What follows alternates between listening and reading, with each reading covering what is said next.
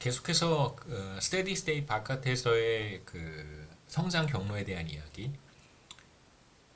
1인당 자본 스탁이 어떻게 변화해 가고, 그 다음에 1인당 GDP가 어떻게 변화해 가는지, 그 다음에 국가 간의 소득 격차를 통해서 우리가 경제 성장률을 어떻게 추론해 볼 수 있는지, 이런 얘기들을 좀 하도록 하겠습니다. 그래서 오늘을 끝내고 6장 아이디어와 경제 성장에 대한 이야기까지 좀 시작하면 좋을 것 같습니다.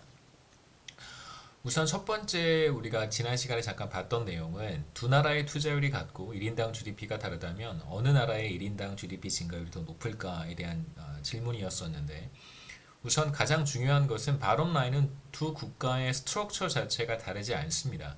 투자율도 같고 TFP도 당연히 같고 그리고 감가상각률도 같습니다.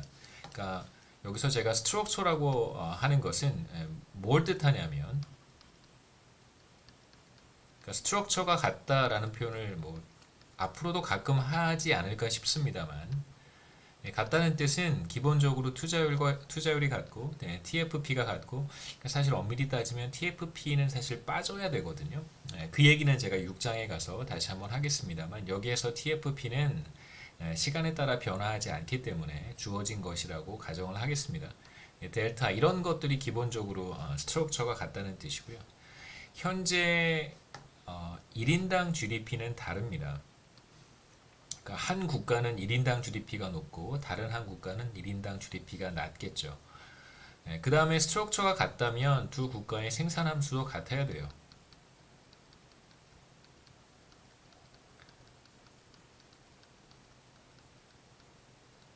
그러니까 생산함수의 형태가 같다는 뜻입니다. 당연히 K 수준은 다를 수 있겠죠. 그러니까 A와 3분의 1승이 같다는 뜻이고, K가 다르기 때문에 Y가 다를 수 있습니다. 한 국가는 Y가 높고 다른 한 국가는 Y가 낮아요. 그렇다면 Y가 높은 국가는 당연히 K가 높다고 할 수 있겠죠. 그래서 그림에서 우리가 무슨 얘기를 할 수 있냐면, 기본적으로 두 국가는 동일한 생산함수, 동일한 투자함수, 투자 곡선, 동일한 감가상각 곡선을 갖습니다. 이 세 개가 기본적으로 동일해요. 다만 어떤 차이가 있냐면, 컨트리 1의 1인당 GDP가 컨트리 2의 1인당 GDP보다 낮습니다. 유일한 차이점은 여기에 있다고 이제 제가 정보를 드렸고, 그러면 어떤 국가의 경제 성장률이 더 높을 것인가를 생각할 때 이제 하나씩 우리가 생각을 해봐야 되겠죠. 우선 두 국가의 스트럭처가 같기 때문에 S가 같고 A가 같고 델타가 같다면, 그렇다면 두 국가의 스테디 스테이트 캐피탈 스탁도 같아야 됩니다. 왜냐하면 스테디 스테이트 캐피탈 스탁은 결국 S와 A와 델타에 의해서 결정이 되기 때문에, 당연히 S와 A와 델타가 같다면 두 국가의 스테디 스테이트이 같습니다. 그러니까 지금 두 국가는 모두 스테디 스테이트에 들어가 있지 않지만 동일한 스테디 스테이트를 향해서 성장해 가고 있다라고 얘기할 수 있겠죠. 그러니까 수렴하는 점이 같은 거예요.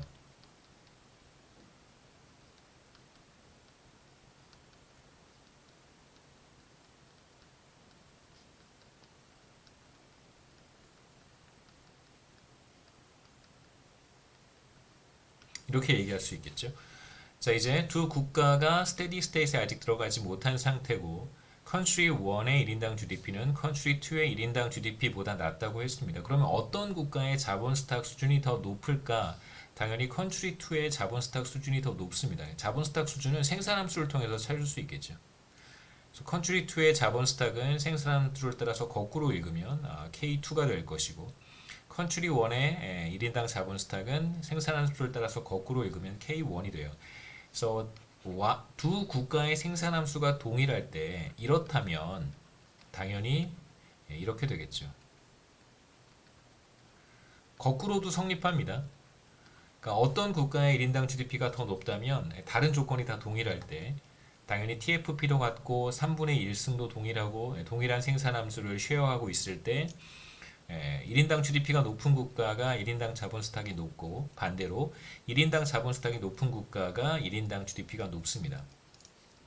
그래서 우리는 컨트리 1의 1인당 자본 스탁이 컨트리 2의 1인당 자본 스탁보다 작다는 걸 확인할 수 있고, 그럼 이제 우리는 거의 다 한 거죠. 두 국가는 동일한 스테디 스테이트 1인당 캐피탈 스탁을 갖는다고 얘기를 했습니다. 어떤 국가가 스테디 스테이트로부터 더 멀리 떨어져 있는가? 당연히 컨트리 1이 스테디 스테이트로부터 더 멀리 떨어져 있습니다.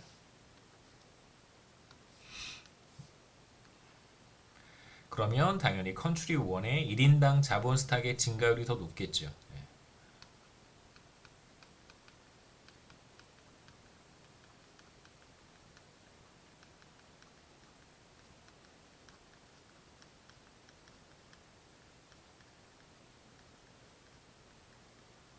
왜냐하면 스테디 스테이트로부터 더 멀리 떨어져 있기 때문에 그렇습니다.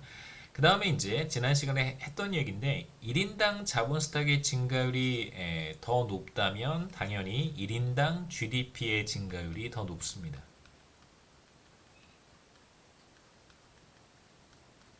둘은 비례하니까요.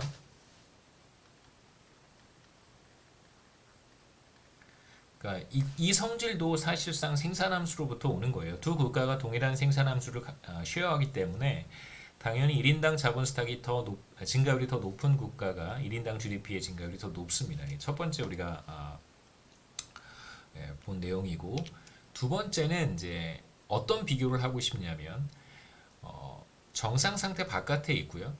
한 국가의 투자율이 다른 한 국가의 투자율보다 높다. 두 국가의 투자율이 다르다라고 이제 우리가 가정을 하겠습니다.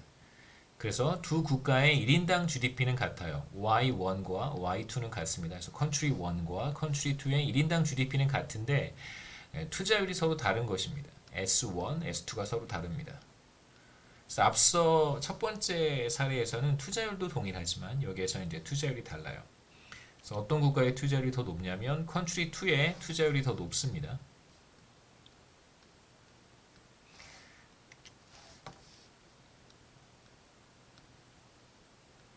그 이외의 모든 조건은 동일해요. 다시 말하면 두 국가의 TFP도 같고 두 국가의 감가상각률도 같습니다. 어떤 차이만 있냐면 컨트리 2의 투자율이 컨트리 1의 투자율보다 높아요.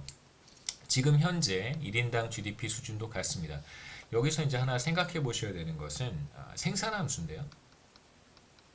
생산함수는 기본적으로 TFP와 1인당 자본 스탁에 의해서 결정이 됩니다. 그런데 지금 우리가 무슨 얘기를 하고 있었냐면 두 국가의 TFP가 같다고 했습니다. 그러면 TFP가 같다면 두 국가의 생산함수는 같아요. 그래서 동일한 생산함수를 쉐어합니다.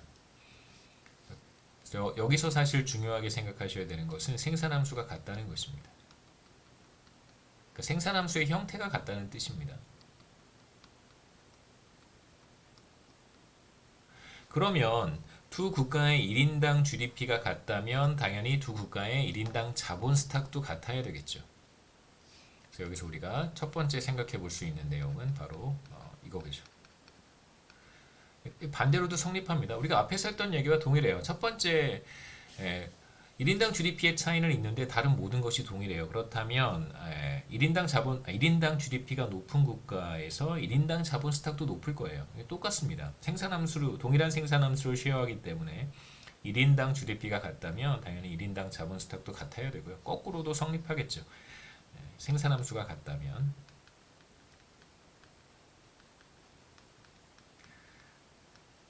지금 현재 두 국가는 동일한 1인당 자본 스탁을 가지고 있는 거예요.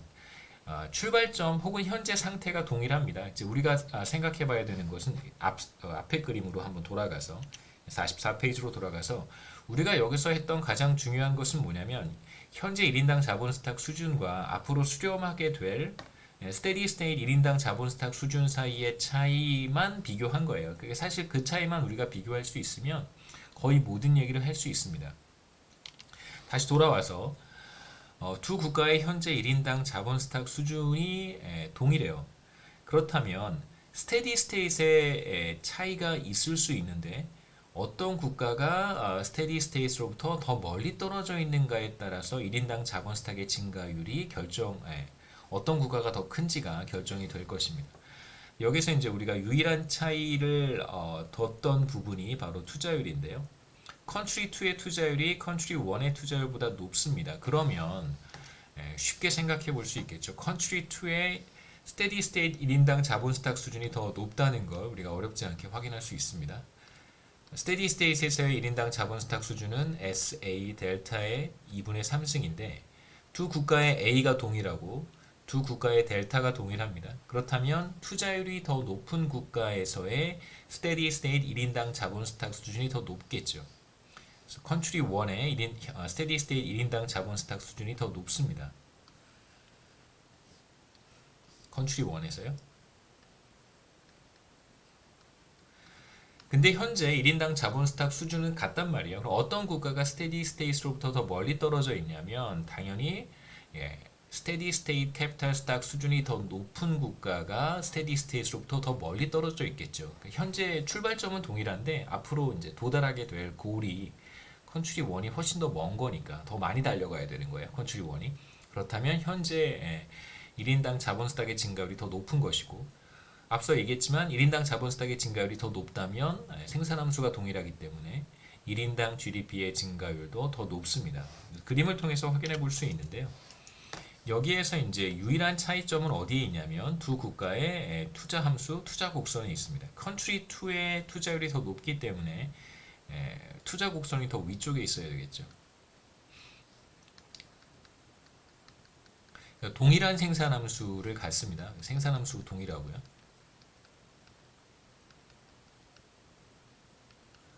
그 다음에 이제 투자 곡선은 서로 달라요. 투자율이 다르기 때문에 투자율이 높으면 투자 곡선 혹은 뭐 투자 함수는 위쪽으로 이동하겠죠.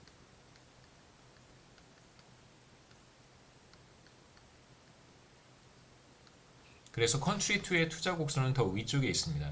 이제 두 국가의 스테디 스테이트 1인당 자본 스탁 수준을 한번 찾아보려고 하는데 컨트리 2의 경우에는 감가상각 곡선과 투자 곡선이 만나는 점이 바로 만나는 점에서 1인당 자본 스탁을 찾으면 그것이 바로 스테디 스테이트에서의 1인당 자본 스탁이라고 했습니다. 컨트리 2의 스테디 스테이트 1인당 자본 스탁은 여기가 될 것이고 그 다음에 컨트리 1의 투자 곡선과 감가상각이 만나는 곳은 여기니까 컨트리 1의 스테디 스테이트 1인당 자본 스탁 수준은 여기가 될 거예요. 그래서 컨트리 1은 여기로 수렴하고 컨트리 2는 이쪽으로 수렴하겠죠. 서로 다른 스테디 스테이트를 갖습니다. 당연히 가능하죠. 투자율이 다르거나 TFP가 다르거나 그러면 당연히 스테디 스테이트 1인당 자본 스탁 수준이 다를 수 있습니다. 스테디 스테이트 1인당 자본 스탁 수준이 다르니까 스테디 스테이트 1인당 GDP도 다르겠죠. 그래서 컨트리 1의 스테디 스테이트 1인당 GDP는 여기고 컨트리 2의 스테디 스테이트 1인당 GDP는 여기 더 높습니다. 그래서 컨트리 1은 이쪽으로 수렴하고 컨트리 2는 이쪽으로 수렴하겠죠. 근데 우리가 처음 시작할 때 무슨 가정을 했냐면 두 국가의 1인당 GDP 수준이 같다고 했어요. 그러면 두 국가의 생산함수가 동일하기 때문에 당연히 현재 두 국가의 1인당 자본 스탁 수준도 동일하겠죠. 어떤 국가가 자신의 스테디 스테이트로부터 더 멀리 떨어져 있는가? 이 경우에는 두 국가의 스테디 스테이트이 서로 다르니까 어떤 국가가 자신의 스테디 스테이트로부터 더 멀리 떨어져 있냐면 컨트리 2가 자신의 스테디 스테이트로부터 더 멀리 떨어져 있습니다. 동일한 그 로직이 그대로 적용이 돼요. 그래서 자신의 스테디 스테이트로부터 이 경우에는 스테디 스테이트이 다르니까 자신의 스테디 스테이트로부터 더 멀리 떨어져 있는 국가의 1인당 자본 스탁 증가율이 더 높습니다. 그래서 컨트리 2의 1인당 자본 스탁의 증가율이 더 높습니다.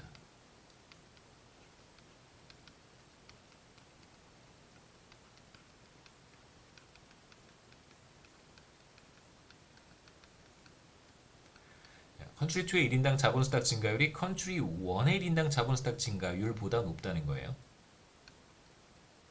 컨트리 1보다.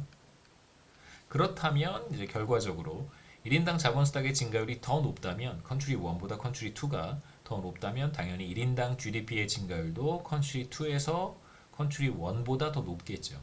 그래서 1인당 GDP의 증가율도 더 높습니다. 컨트리 2보다 컨트리 1보다.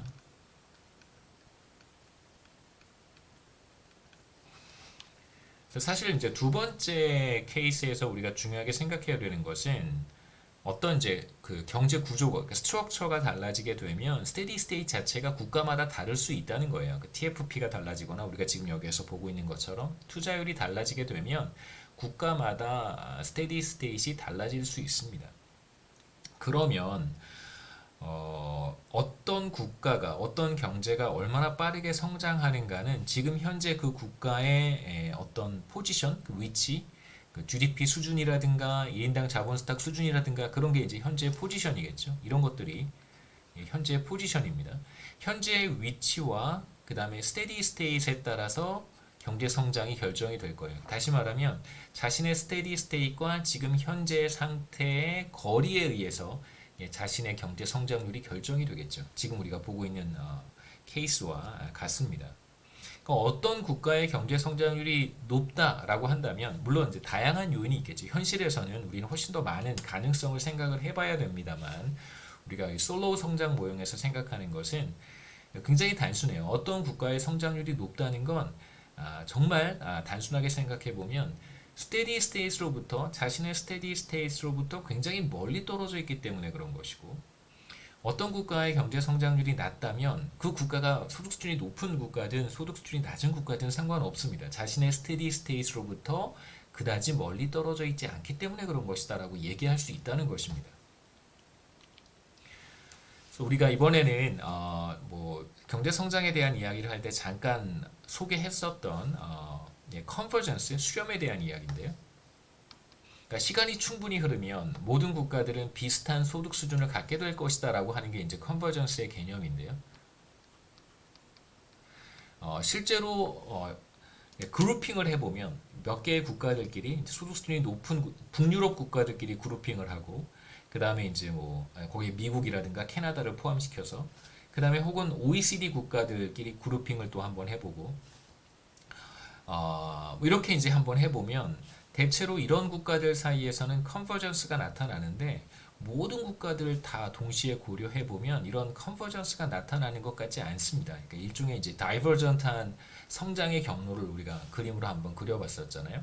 뭐 예를 들면 차이나, 뭐 브라질, 아르헨티나 이런 국가들 우리가 전에 한번 그림으로 제가 그려놓은 걸 한번 보여드렸는데요.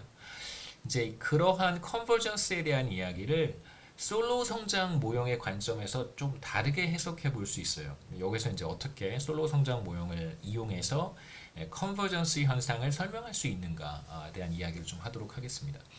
솔로 성장 모형의 첫 번째 예측에 따르면 소득 수준이 상대적으로 낮은 나라가 더 빨리 성장해야 되는 거예요. 여기서 이제 전제는 뭐냐면 첫 번째가 바로 이겁니다. 오늘 시작할 때 얘기했던 기본적으로 모든 국가의 스트럭처가 같은 거예요. 그러니까 동일한 스테디 스테이트를 갖는다라고 가정을 하고 있는 것입니다. 다만 차이는 뭐냐면 현재 상태가 다른 것이죠. 1인당 GDP 수준이 다른 것입니다.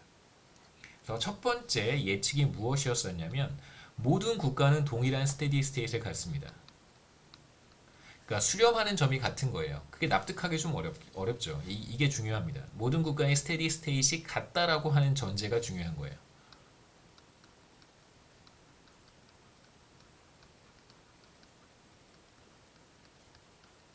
그러니까 모두 같은 점으로 수렴해야 된다는 뜻이죠. 그런데 지금 현재 1인당 GDP 수준이 다르다. 혹은 현재 1인당 자본 스탁 수준이 다르다라고 보는 것입니다. 그러면 어떤 국가가 빨리 성장할까? 당연히 현재 소득 수준이 낮은 국가가 소득 수준이 높은 국가보다 더 빨리 성장해야 되겠죠. 왜냐하면 스테디 스테이트는 동일한데 스테디 스테이트로부터 더 멀리 떨어져 있기 때문에 그런 거예요. 소득 수준이 낮은 국가일수록.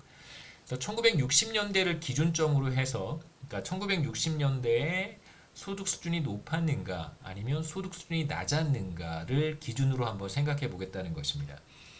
이게 바로 Y1, Y2가 되겠죠. 컨트리 1과 컨트리 2의 소득 수준이 1960년 시점으로 우리가 한번 생각해 보는 거고요.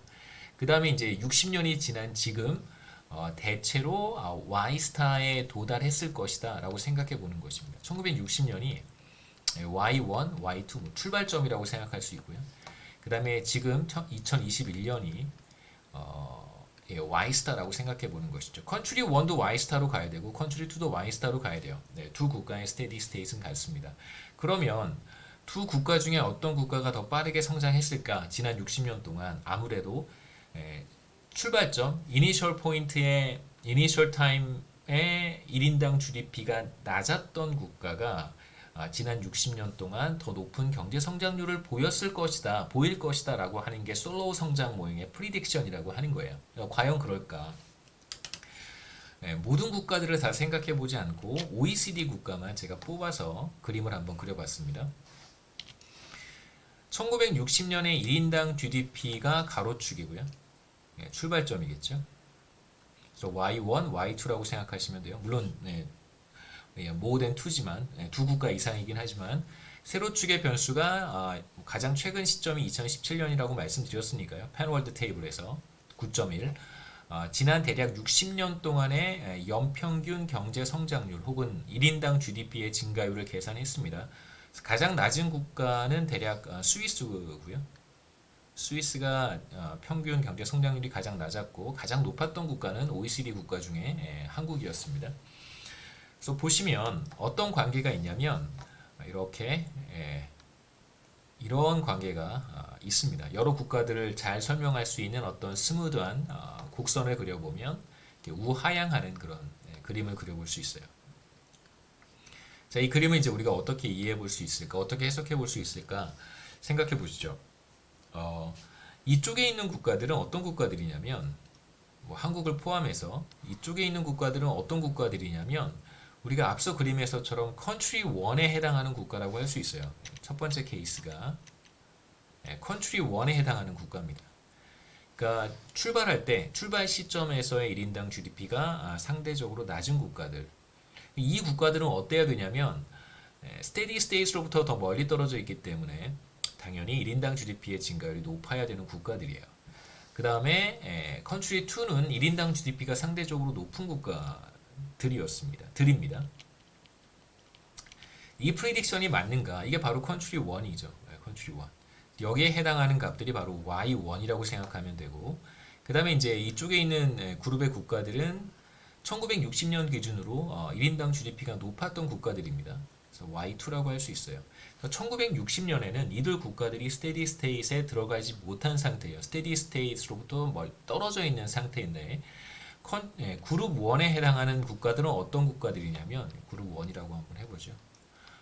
이들 국가들은 스테디 스테이트로부터 굉장히 멀리 떨어져 있는 국가들이고 그룹 2는 스테디 스테이트에 굉장히 근접한 국가라고 우리가 생각해 볼 수 있습니다. 그렇다면 그룹 1의 국가들이 스테디 스테이트로부터 멀리 떨어져 있을 테니까 60년 시간이 흘러가면서 스테디 스테이트에 이제 거의 근접했을 거예요. 그럼 그 과정에서 1인당 GDP의 증가율이 높아야 되겠죠.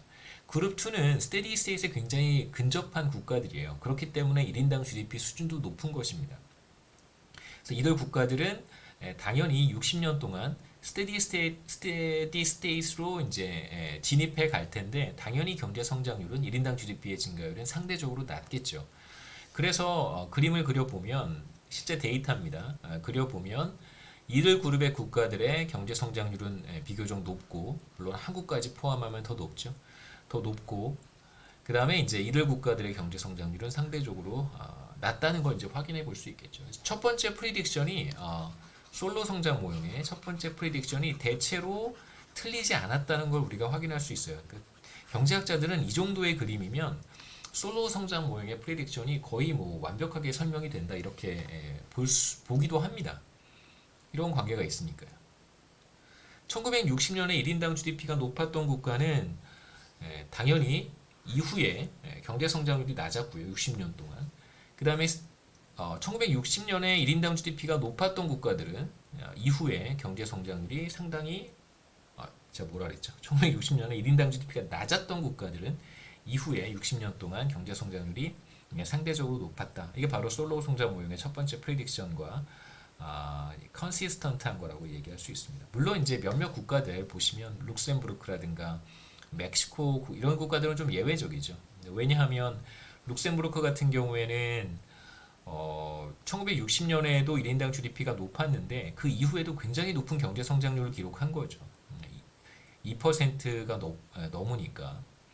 반면에 이제 멕시코 같은 국가는 1960년에 1인당 GDP가 상대적으로 낮았음에도 불구하고 이후 경제 성장률도 뭐 그렇게 그다지 룩셈부르크와 비교했을 때 뭐 그렇게 높지는 않습니다.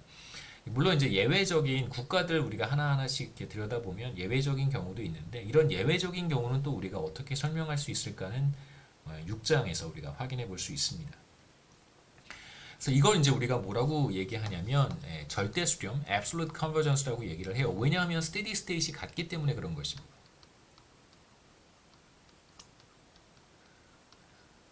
그러니까 국가들의 스테디 스테이시 뭐 정확히 같지는 않겠지만 대체로 비슷한 거예요. 대체로 비슷하기 때문에 이들 국가들이 출발점이 다 달라서 그 이후 기간 60년 동안 경제 성장률이 달랐던 것이지 지금부터 또 지금 이제 우리가 2021년을 마치 꼭 1960년이라고 생각을 해서 출발점이라고 가정을 하고 이후에 이제 60년 뒤에 똑같은 그림을 한번 그려보면 어떻게 될까? 뭐 이들 국가들은 대체로 이제 여기에 몰려 있겠죠.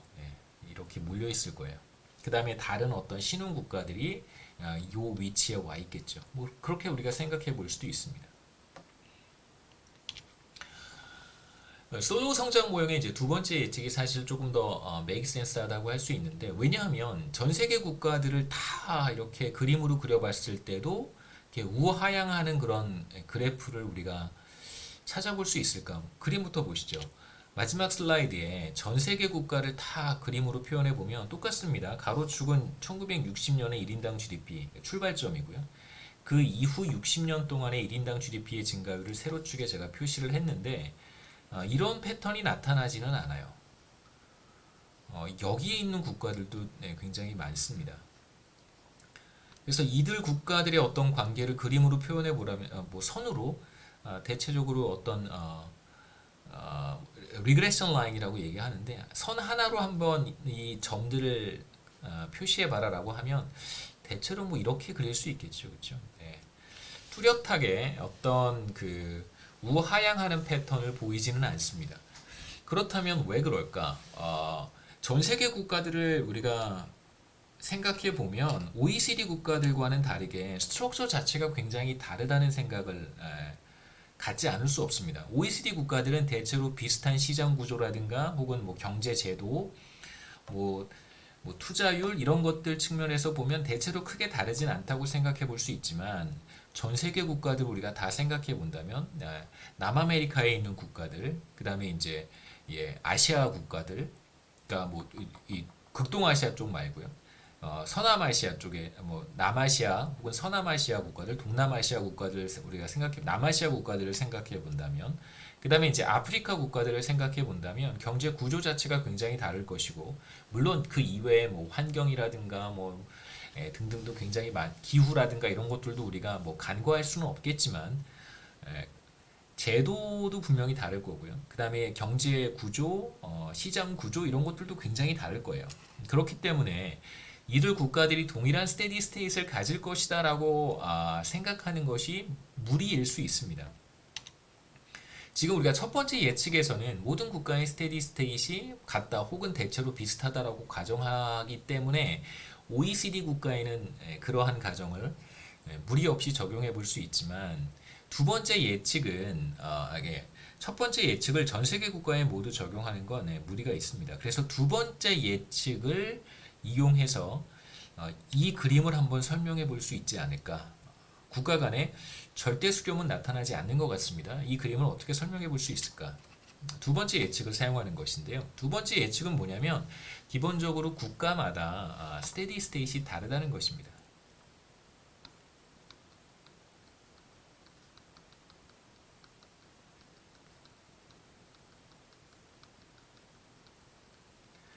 경제 성장률을 결정하는 것은 경제 성장률을 결정하는 것은 뭐냐면 결국 자신의 현재 상태 혹은 자신의 현재 1인당 GDP 수준과 자신의 정상 상태에서의 1인당 GDP 사이의 거리라고 할 수 있겠죠. 그러니까 그 거리가 멀면 멀수록 경제 성장률이 높은 것이고 그 거리가 짧으면 짧을수록 경제 성장률이 낮을 것이다라고 예상할 수 있습니다. 그게 바로 우리가 두 번째 에서 얘기했던 것이고 솔로우 성장 모형의 프리딕션이고 이건 이제 컨디셔널 컨버전스라고 이야기합니다. 조건부 수렴이에요. 국가마다 자신의 스테디 스테이시 다르다면 그렇다면 당연히 경제 성장률이 다를 수 있겠죠. 지금 현재 1인당 GDP가 같다고 하더라도 두 국가의 경제 성장률이 같을 필요는 없습니다. 그림 하나 다시 한번 보시죠. 우리 이전 그림은 OECD 국가로 돌아가서 예를 들어서 지금 현재 1인당 GDP 수준이 같다고 한번 해보죠. 어떤 국가를 생각해 볼 수 있냐면 1960년에 터키나 포르투갈이나 스페인 같은 국가들의 1인당 GDP가 크게 다르지 않았습니다. 칠레, 그리스까지 포함해서 이들 국가들의 경제 성장이 대체로 조금 차이가 있긴 하지만 대체로 비슷하단 말이에요. 그런데 만약에 서로 다른 스테디 스테이트를 갖는다면 그렇다면 지금 현재 소득 수준이 의미가 없습니다. 지금 현재 소득 수준은 자신의 스테디 스테이트에 대한 정보를 반영해 주고 있지 않기 때문에 지금 현재 소득 수준이 같다고 해서 컨트리 1과 컨트리 2의 소득 수준이 같다고 해서 당연히 경제 성장률이 같을 거라고 우리가 예상할 수는 없겠죠. 스테디 스테이트이 동일하면 경제 성장률도 비슷하다고 얘기할 수 있겠지만 스테디 스테이트이 달라버리면 당연히 자신의 현재 소득과 스테디 스테이트에서의 소득 사이의 거리에 따라서 경제 성장률이 결정되겠죠. 그게 바로 두 번째 예측이니까. 소득 수준이 매우 높다고 하더라도 굉장히 높아요. 아까 룩셈부르크와 같이 굉장히 높습니다.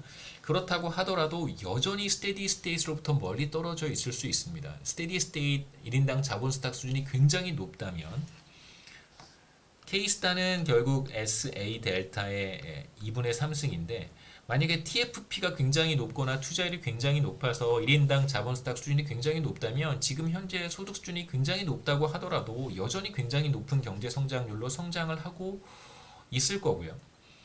반대로 소득 수준이 굉장히 낮아요. 그러면 단순히 소득 수준이 낮으니까 경제 성장률이 높을 것이다 라고 예상할 수는 없습니다. 왜냐하면 투자율이 낮거나 TFP가 굉장히 낮아서 스테디 스테이트 1인당 자본 스탁 수준이 굉장히 낮다면 그러면 소득 수준이 매우 낮다고 하더라도 이미 스테디 스테이트에 굉장히 근접했을 수 있습니다. 그러면 당연히 1인당 GDP의 증가율이 낮을 수밖에 없겠죠.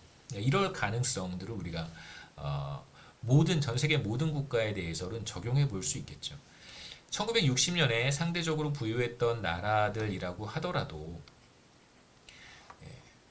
그렇다라고 하더라도 스테디 스테이트이 매우 높다면 당연히 그 이후에 굉장히 높은 경제 성장률을 지속적으로 보였을 가능성이 높고 반대로 1960년에 소득 수준이 굉장히 낮았던 국가의 경우 만일 스테디 스테이트 캐피탈 스탁 수준이 낮다면 이미 스테디 스테이트에 들어갔거나 아니면 스테디 스테이트 근방에 있기 때문에 그 이후에 경제 성장률이 매우 낮았을 것이다라고 우리가 예상해 볼 수 있습니다. 그래서 모든 국가에 대한 그림을 이런 이제 조건부 수렴, 컨디셔널 컨버전스 관점에서 생각해 보면 우리가 이 그림을 어느 정도 이해할 수 있을 거예요.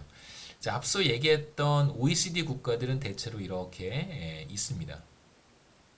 여기 있는 그룹의 국가들이 아까 제가 말씀드렸던 OECD 국가들이고요.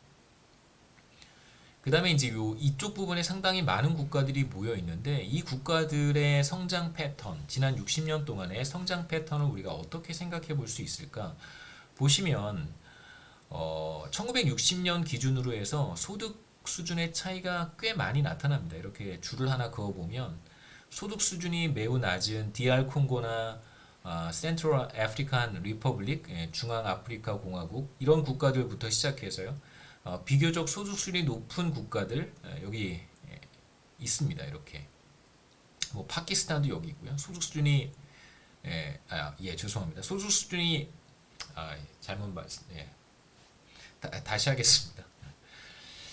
소득 수준이 동일한 국가들 가운데 지난 60년 동안 상이한 경제 성장률을 보인 국가들이 있어요. 그래서 경제 성장률이 마이너스를 기록한 국가들이 있는 반면에 경제 성장률이 비교적 높은 국가들도 있습니다. 이들 국가들은 1960년 기준으로 보면 소득 수준이 거의 비슷해요.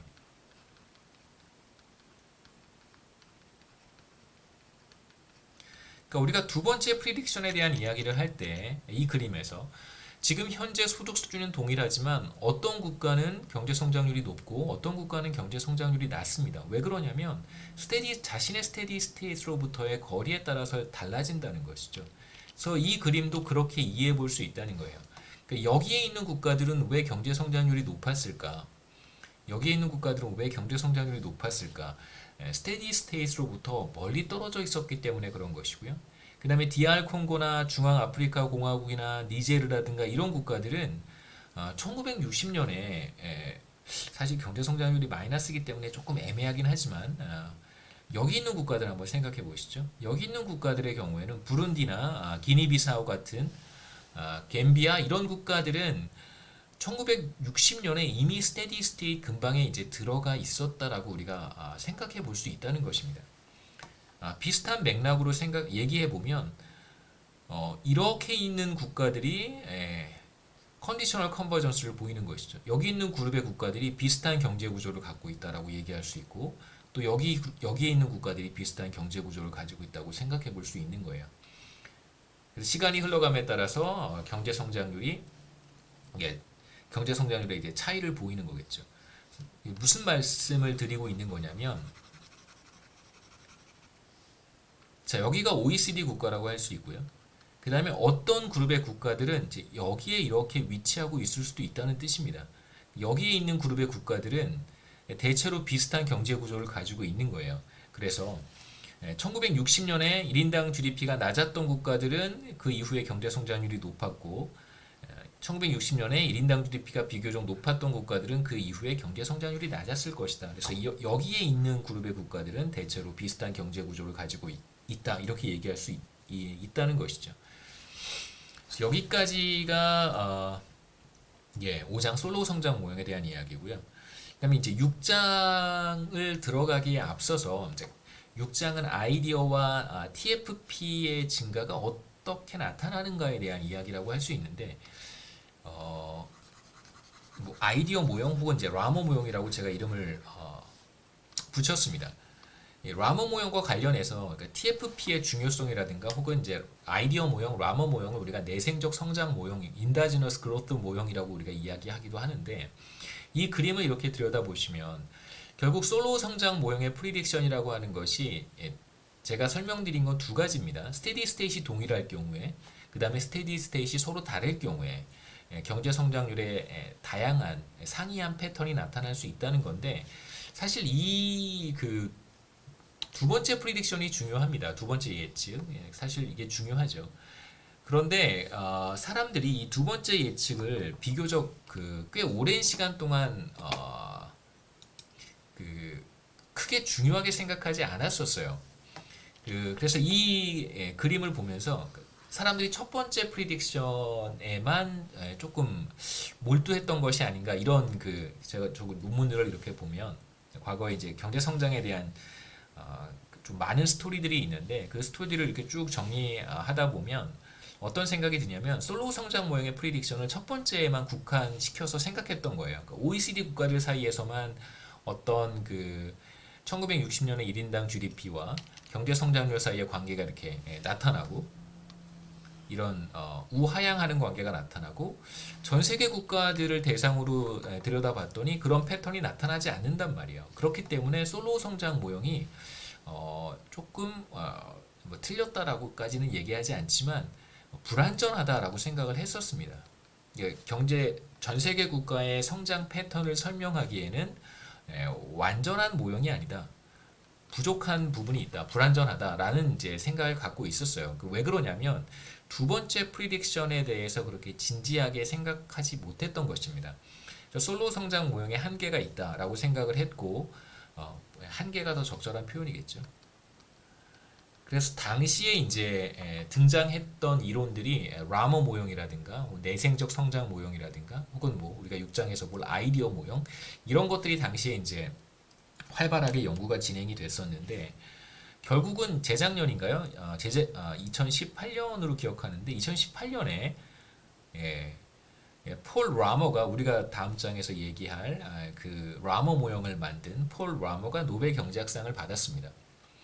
이제 폴 라머랑 이제 몇몇 내생적 성장 이론을 연구하던 사람들이 이제 뭐 성장에 대한 이론들을 전개해 가고 데이터를 설명해 가는 과정에서 솔로 성장 모형의 한계가 있다. 이 그림을 보여주면서 그래서 이제 이러한 차이를 설명할 수 있는 것이 바로 내생적 성장 모형이다. 국가마다 성장의 경로가 달라지는 이유는 국가마다 다른 어떤 그 TFP 수준을 가지고 있기 때문에 그런 것이지 솔로 성장 모형의 예측은 어느 정도 한계가 있다라고 생각을 했었어요. 근데 실제로는 우리가 컨디셔널 컨버전스라고 하는 개념을 솔로 성장 모형을 통해서 얼마든지 얘기할 수 있고 솔로 성장 모형의 두 번째 프리딕션도 그런 것이니까 그래서 전 세계 국가를 대상으로 해서 어떤 OECD 국가들에서 관찰되는 우하향하는 관계가 나타나지 않는 이유는 뭐 너무나 자명한 것이죠. 자신의 스테디 스테이트로부터 얼마나 멀리 떨어져 있느냐가 사실 관건인 것이지 뭐 모든 국가가 동일한 스테디 스테이트를 가질 필요는 없습니다. 그래서 아이디어 모형이 반박했던 가장 핵심은 뭐냐면 스테디 스테이트라고 하는 개념 자체에 초점을 맞추지 않았어요. 다음에 보시면 아이디어 모형에는 사실 스테디 스테이트라고 하는 개념이 들어있지 않습니다. 조금 어려운 내용이었을 수 있는데 제가 마지막에 첨부했던 내용은 그러니까 이런 말씀을 드리는 이유는 뭐 교과서에 있는 내용이라든가 혹은 뭐랄까요 여러분이 이제 공부할 때 그 경제학을 공부하는 방식에 있어서 조금 이렇게 다른 관점을 가지셨으면 해서 그러니까 경제학자들이 생각하는 세상은 여러분들이 이제 교과서라든가 문제집 공무원 시험 문제집이라든가 혹은 그 입사 시험에서 우리가 보는 거시경제학 시험 문제와는 굉장히 다르거든요. 그러니까 우리는 현실을 설명하고 싶은 사람들이고, 그 다음에 학계에서 아카데미아에서 어떤 논쟁들이 있었고 그 논쟁들이 어떠한 새로운 그 연구 결과물들을 만들어냈고 또 새로운 연구 결과물과 기존의 연구 성과들을 사람들이 어떻게 비교하고 어떻게 취사 선택하고 뭐 이런 이야기들이 사실 뭐 그것도 중요하죠. 교과서 잘 보고 그다음에 시험 문제를 잘 푸는 능력도 중요한 것 같고요. 뭐 공무원 시험 중요한 것 같고 그다음에 또 한편으로는 세상에서 어떠한 논쟁들이 어떻게 만들어지고 어떠한 그, 그 연구 결과물들이 나오는지 이런 것들도 우리가 이제 대학에서 한번 다뤄야 하지 않을까 이런 생각으로 이제 마지막 부분에 잠깐 말씀드린 거고요. 여기까지 해서 이제 5장의 내용입니다. 6장은 이제 다음 동영상에서 이어서 제가 하도록 하겠습니다.